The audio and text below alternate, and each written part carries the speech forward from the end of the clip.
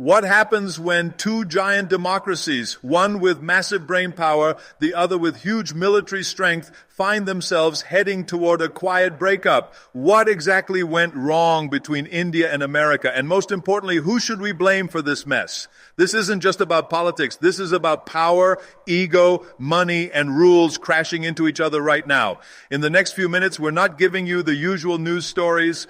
We're going deep into what everyone refuses to talk about openly. The real truth behind the cracks, the tech battles, the hidden deals, the control games, the fake friendships, and a growing India that won't be told who to support. If you think this is just about foreign relations, think again. This is about tomorrow's world, a future being decided not in public speeches, but in secret meetings. Stay with me until the end, and you'll walk away not just knowing more, but seeing everything differently. Let's dive in. The fight for tech control between India and America has become one of the most quiet but deadly issues causing their relationship to fall apart.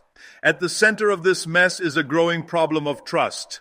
Both countries know that winning at new technologies like AI, quantum computers, 5G networks, space missions, and computer chip supply chains is everything. But their way of working together on these things is full of doubt and suspicion.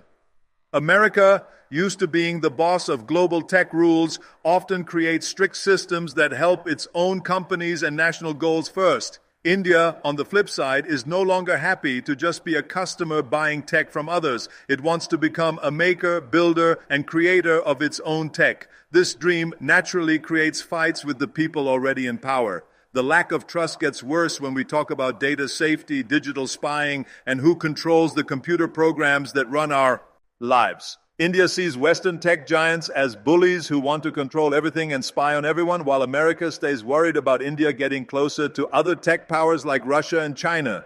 Joint projects and defense tech partnerships, while they sound great on paper, often crash and burn because of too many rules, fights over who owns what ideas, and endless paperwork. This lack of openness and unequal control systems turn cooperation into a dangerous political gamble. The failure to build a real partnership focused on future technology has become the main reason trust between these two democracies is breaking down, making technology a wall between them instead of a bridge that connects them. America's use of punishment through sanctions and bullying tactics has seriously damaged the India-US relationship. For many years, America has used a set of tools that includes money punishments, trade blocks, and conditional help to show its power around the world. While this might work with smaller or dependent countries, India has always said no to this one-sided pressure. The expectation that New Delhi would change its important decisions to match Washington's political goals has completely backfired.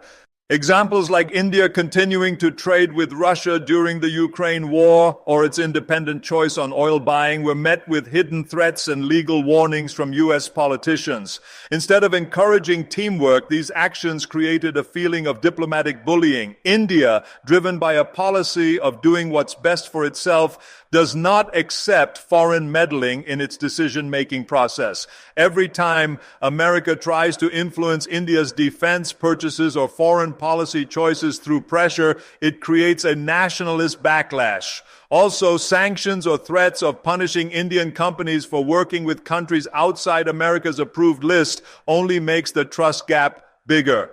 Even in areas like sharing defense technology, America often puts limiting conditions that go against the spirit of partnership. This approach treats India like a tool for American policy instead of a real strategic partner. Instead of building long-term trust, these tactics have created anger, pushed India to find other allies, and led India to look for other international groups where respect and equality matter more than obedience and agreement.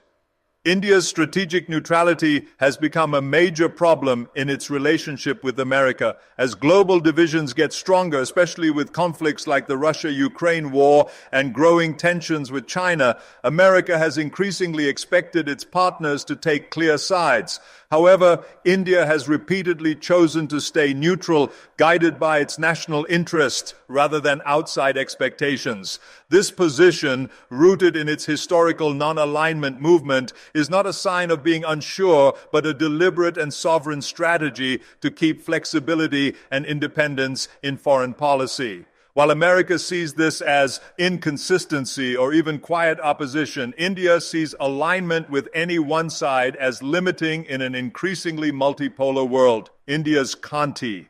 Renewed engagement with Russia for defense supplies and energy needs despite U.S. pressure shows its commitment to strategic independence. At the same time, India strengthens ties with America in trade, technology, and defense without fully accepting Washington's global story. This balancing act confuses American policymakers who expect simple loyalties in a Cold War-style framework, but India refuses to be a piece on someone else's political chessboard.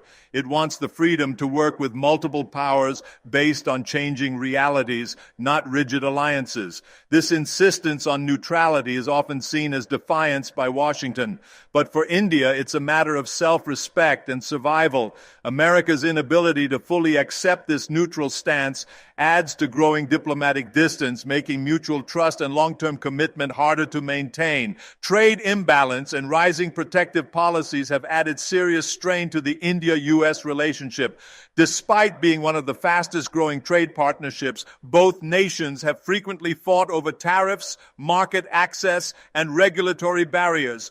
America has often criticized India's high import duties, particularly on electronics, farm products, and medical equipment, seeing them as unfair restrictions on American goods. On the other hand, India has expressed frustration over U.S. trade policies that favor domestic subsidies and discriminate against Indian products through tighter visa rules and inconsistent tariff practices. These trade disputes have resulted in back-and-forth retaliation, including America removing India's preferential trade status under the Generalized System of Preferences and India increasing duties on several American exports.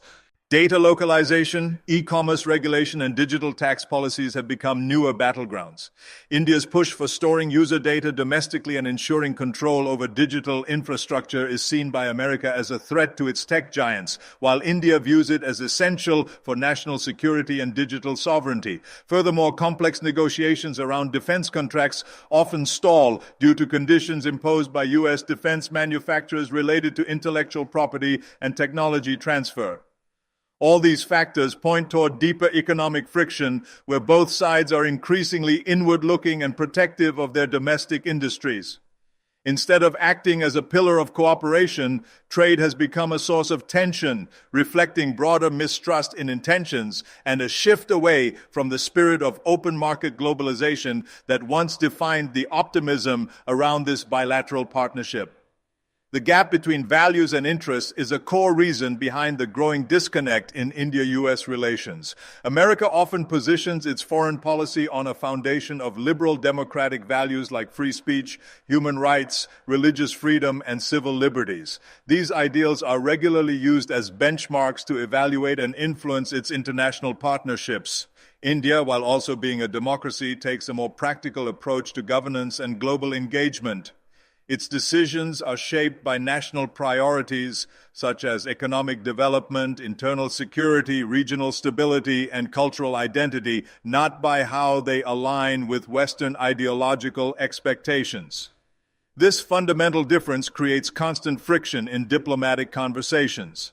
When U.S. institutions or officials publicly criticize India's internal issues like internet bans, treatment of minorities, or press freedom, it is seen in New Delhi as interference rather than concern. India believes that democracy is not a one-size-fits-all model and resents moral lectures that ignore its unique context. Moreover, Washington's selective silence on similar issues in allied authoritarian regimes reveals a double standard that weakens its credibility. This clash becomes even more pronounced when strategic cooperation is on the table.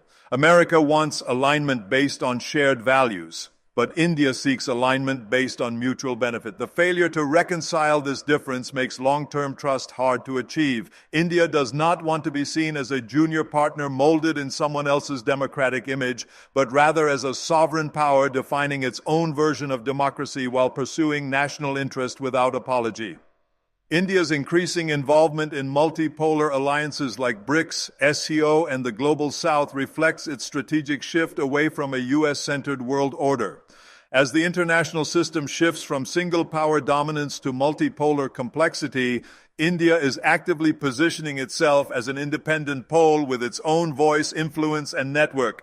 These alliances offer India greater flexibility, economic cooperation, and a platform to shape global governance on more equal terms. Unlike Western frameworks often tied to political conditions or power hierarchies, these alternative groupings emphasize sovereignty, non-interference, and multi-party cooperation. India sees this as an opportunity to diversify its options, reduce dependency on any single power, and align with countries that share similar developmental challenges and aspirations. From trade agreements to energy partnerships and defense dialogues, India's presence in these blocs signals a desire for balanced diplomacy rather than exclusive allegiance. This realignment is not a rejection of America, but a statement that India will not be boxed into alliance frameworks that compromise its autonomy.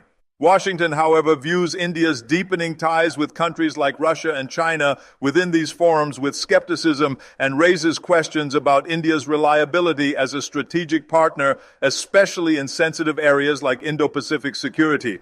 Yet for India, participating in multipolar groups enhances its leverage and negotiating power, allowing it to engage with America from a position of greater strength. The divergence in how both nations view global architecture has become a subtle but powerful force pulling them apart despite shared interests on many fronts.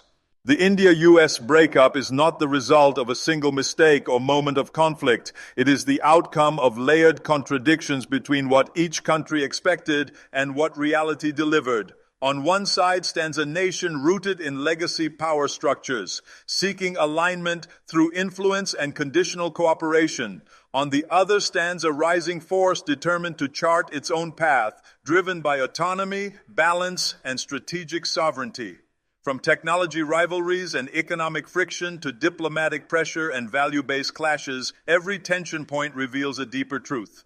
The partnership was strong in vision but weak in mutual understanding and respect. As the world transitions from a single power-dominated past to a multipolar future, both countries must decide whether they evolve as equals or pay ways in pursuit of their own definitions of progress and respect. The breakup, if complete, will not be a sudden collapse. It will be a silent drift, fueled by mistrust, misalignment, and missed opportunities for genuine partnership.